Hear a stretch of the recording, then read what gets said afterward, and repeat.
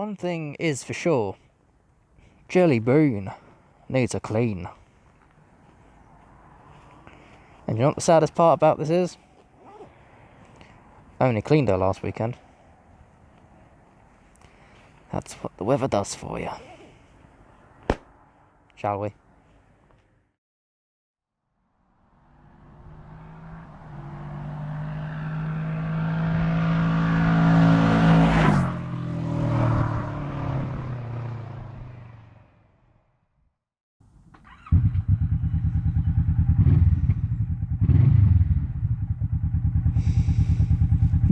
Good morning, good day, good afternoon, good evening, hello, whoever and wherever you are.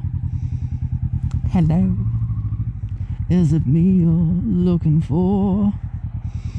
Probably not. But you did click on my video, so thanks. Thanks very much. I guess it is me you're looking for.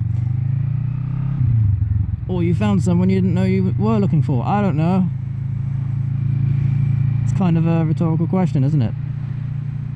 Anyway, huzzah. I didn't go to the Triumph dealership for any particular reason, so if you're thinking, he's going to test ride another bike, no, not yet. I'll wait for the weather to warm up first. So, hi. It's all fine. Oh, you ran straight across the road, didn't even see a car coming, and guess what? There's a zebra crossing right there. You would have had right of way. I can't. Some people silly. Subject of today's video: motorcycle shows. They are a absolute abundance of information. They are a godsend if there is something specific you're looking for.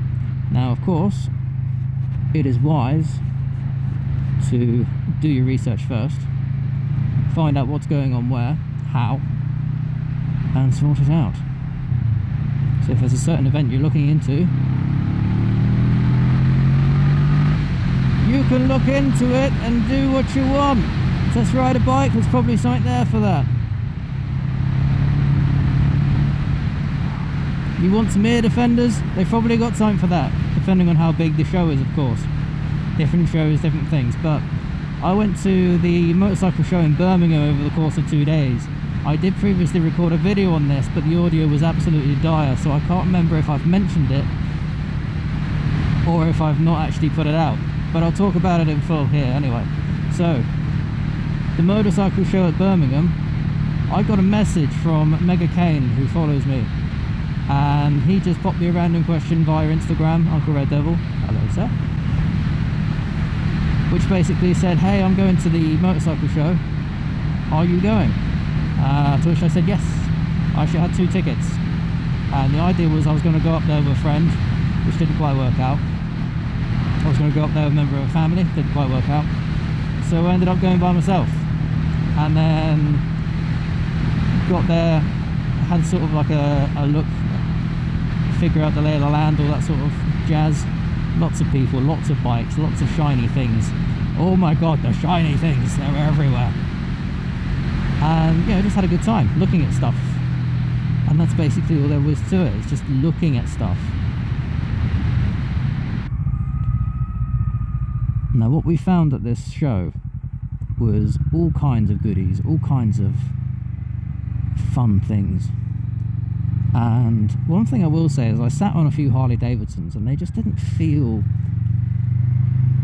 entirely special, you know what I'm saying? It's just, you sit on the bike, it's big, it's beefy, it's a Harley, hooray! It's just, oh wow, it's British, quintessentially British community. Such a lovely sight to see that. And yeah, he's turning off. Stop hanging up my arse for a change.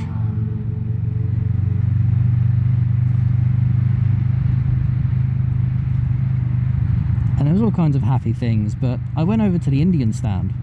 Indian motorcycles, big, beefy, American, love it. Same as Harley, but better.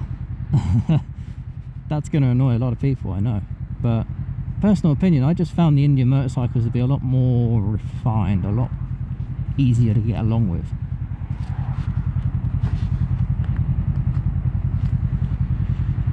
And it was an experience to sit on such a large bike, and they're all on stands and whatnot. You can't take them off the kickstand, side stand, and sort of like get a decent idea of how heavy exactly the bike is, but just sitting on the bike itself is so comfortable.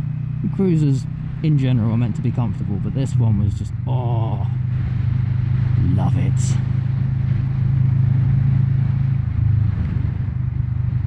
And then there's a few other things which I found, a few companies which do tours around the UK, around Europe and America and Canada, Africa, just everything really. It was just nice to see.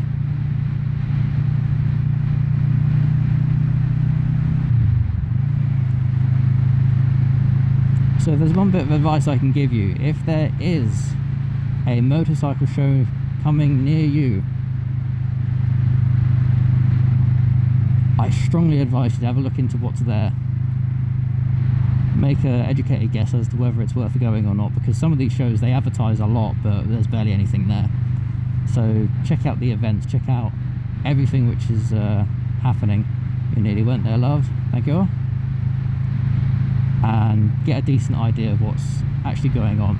And hopefully it won't be a colossal disappointment.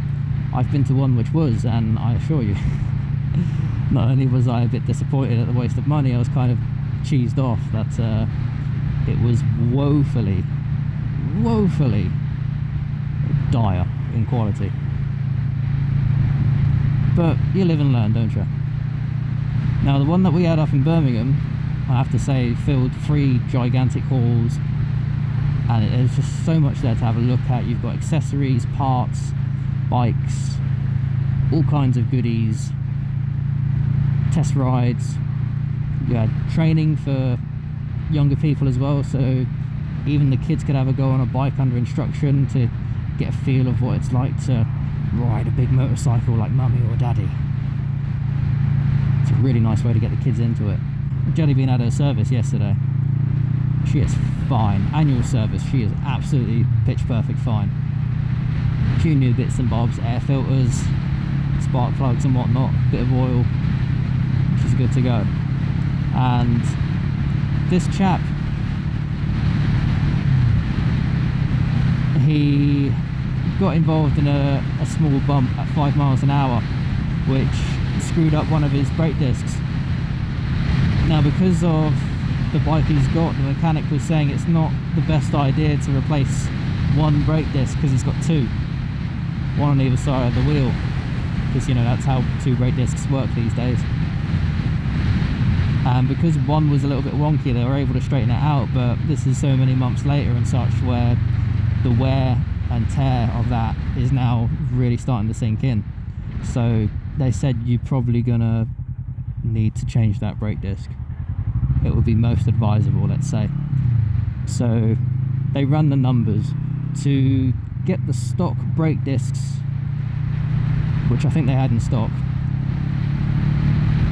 switched over, put on, including labour and all that sort of stuff, the price of the parts, it was around £600. That's just for the brake discs and the brake pads and such. And I was nose down in my coffee and the Nintendo Switch at the time, because you know you like to play computer games to pass the time while you're not busy. And like that took me straight out of my comfort zone, and it wasn't even my bike. I looked up to the guy behind the desk, and I was like, oh, that's pricey. And he goes, yeah, that's what you get for a Ducati. I was like, oh yeah, Ducati, that would do it, wouldn't it? But off-brand parts would set him back about £230, including labour as well. So I think he went for the £230 ones. It's just he'd have to leave the bike there for a couple of days. So bless him, the lad had his wife come along and pick him up, and he just sat down and done some work in the meantime.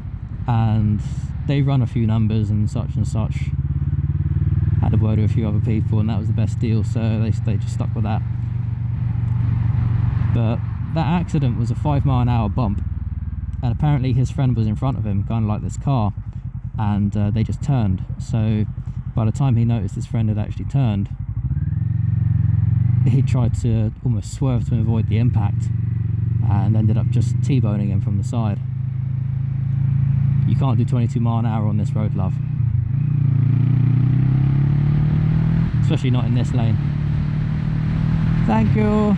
Thank you very much. Whee.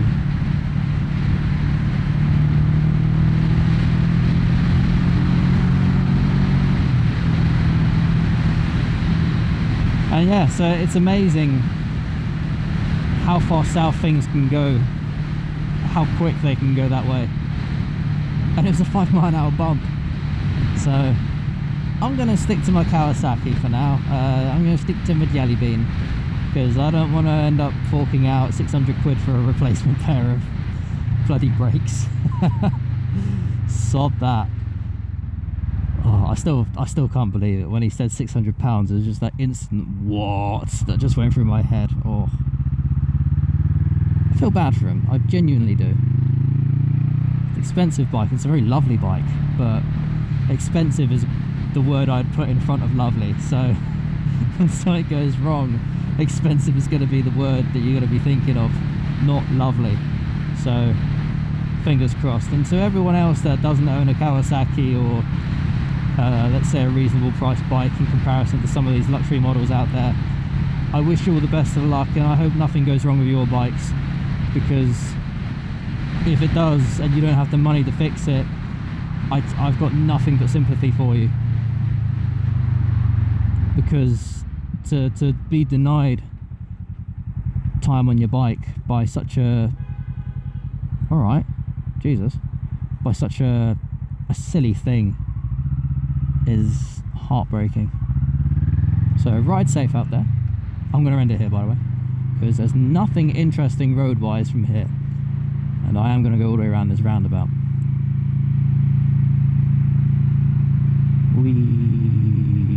Oh, this is exciting, isn't it?